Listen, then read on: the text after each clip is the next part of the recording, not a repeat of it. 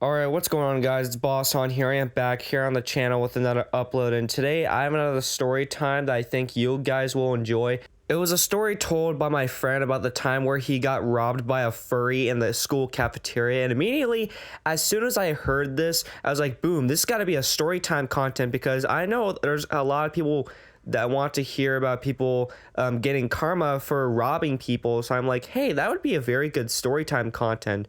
On another note, I know that a lot of people don't really like furries because they're very weird. For me, I have no problem if you want to be a furry, like, just go ahead. If you want to do it, that's okay. Just as long as you do, as long as you don't do anything in this video of what this furry kid was doing, then it's all right. You're completely fine. But without further ado, let's get right into the video. Get your snacks, drinks, whatever you need. Get ready for your story time, and let's just get into this video.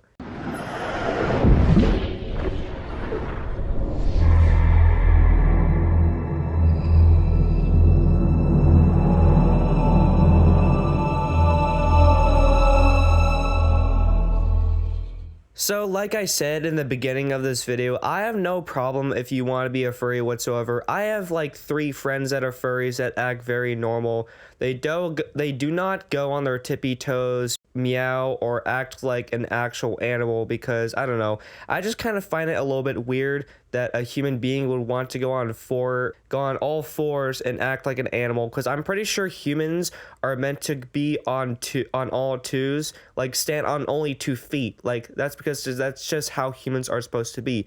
But I guess this furry kid that was a mean person in general just wanted to like pretend that he was a cat all the time. And again, I have no problem with you being a furry, but just as long as you respect me, I will respect you. That's just my rule. And I know some of you guys are commenting right now on the video saying, Boss Hand, why do you have to explain so many times? We all get it. I know you all guys get it, but sometimes some people need a little bit of a double explanation. Just to know what's going on, or just, I don't know.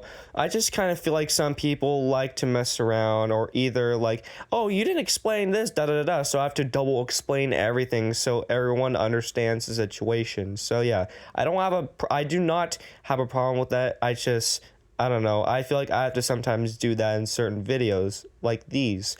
But moving on forward to the story, we're going to be calling my friend who sent me the story Squirtle, because I like watching Pokemon, and Squirtle and his friends go to the cafeteria because it's snack time. They want to get some food because breakfast is the most important meal of the day. So they sit down at the table, they eat their food, talk about what the boys want to talk about. I don't know, maybe the newest Halo game or the newest Fortnite update, somewhat. At some point during the middle of snack, one of Squirtle's friends like, hey, look, it's the furry group, and they're talking or whatever, they're messing around. And so they all look to the furry group. And just to give a little context of this furry group, of what my friend told me is that these kids were not the best at decision making. Like, they would find themselves to get in trouble. And like I said, I understand that you want to be a furry or whatever, but I don't think it's appropriate to, like, out of nowhere start, like, I don't know, purring or like rubbing your face up against people's legs out of nowhere, like starts licking everyone, because these were the weird kids at Squirtle's school. And like, again, I understand that you want to be furry or whatever, but I don't think it's appropriate time to do it at a school, especially during snack time. Basically, not a lot of people liked the furry group is because they're just not really good people in general. And for some reason, out of nowhere, I don't understand if maybe the furry leader thought this was funny, but he decides to go on all fours and act like a cat. And so he would go to table, walk on all fours to table, and start, like, you know how cats, when you pet them, when the human pets them, whatever, the cat just rubs its head on the leg? That's basically what this furry kid is basically doing to some people at other random tables. And so the random kids are like, hey, can you please stop doing that? It's making me uncomfortable. But like the furry kid, he just doesn't stop. He just doesn't listen, doesn't stop, like, acting like a cat. So everyone in the cafeteria is now annoyed with this furry kid not listening. And at some point, the furry leader comes up to Squirtle's table, and he comes up to Squirtle, and instead of rubbing his head up against people's legs, he literally licks Squirtle's leg, which I don't know, I kind of find that weird as well. I wouldn't feel comfortable with this at all.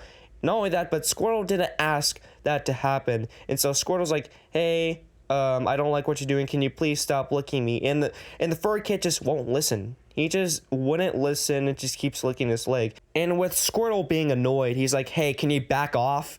And he says it a little bit louder, and the furry kid tilts his head upwards and looks at Squirtle and is like, that's not how it works. I get to do whatever I want. You can't do anything about it.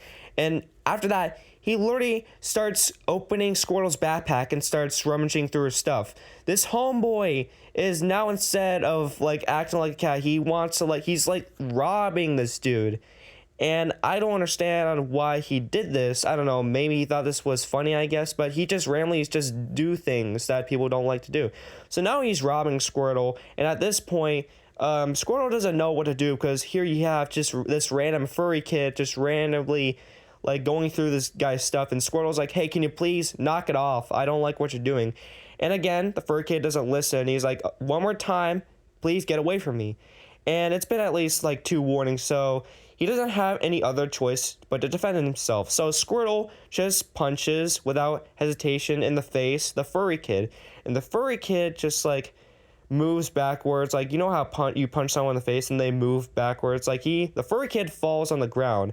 And I guess the furry kid thought that he wouldn't do anything about it, because I don't know, maybe in his head that standing up to people wasn't part of like logic. I don't understand what he was trying to do. But the furry kid now is just sitting on the ground not knowing what to do, because he just got punched in the face. He doesn't understand why he would do that, because apparently self-defense does not work in logic. I still don't understand why. And he's like, the furry kid is like, not knowing what to do. He's literally like turned into an ice cube, like he's in Antarctica. And so now I don't understand why no teacher was there, but Squirtle's friends get off their chairs. The furry group gets off from their chairs. They just go to what's happening.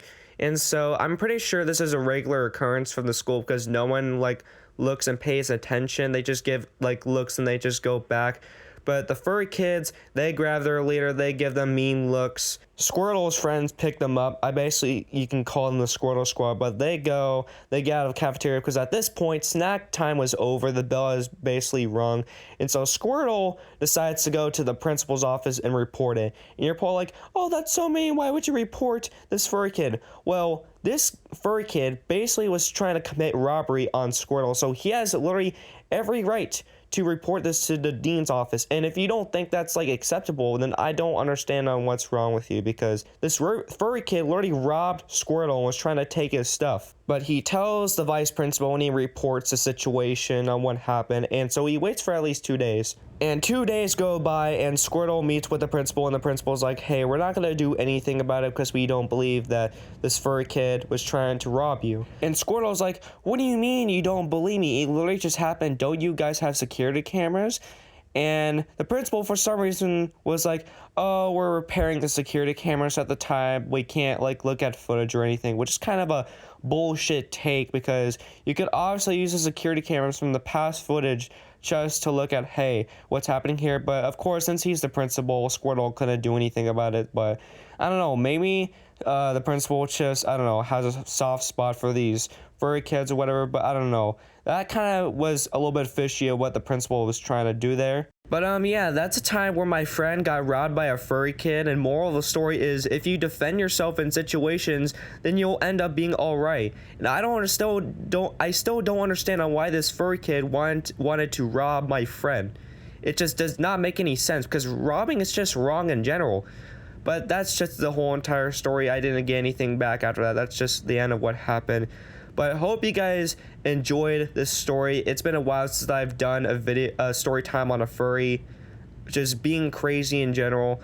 But I would also appreciate it if you guys can press the like button on this video. And if you don't press the like button on this video, then the Covenant from Halo will do an alien invasion on your house. I mean, that's obviously a joke, but I don't know. I'm not your dad. Anyhow, though, I'll see you guys in the next video. I'm out of here. Peace.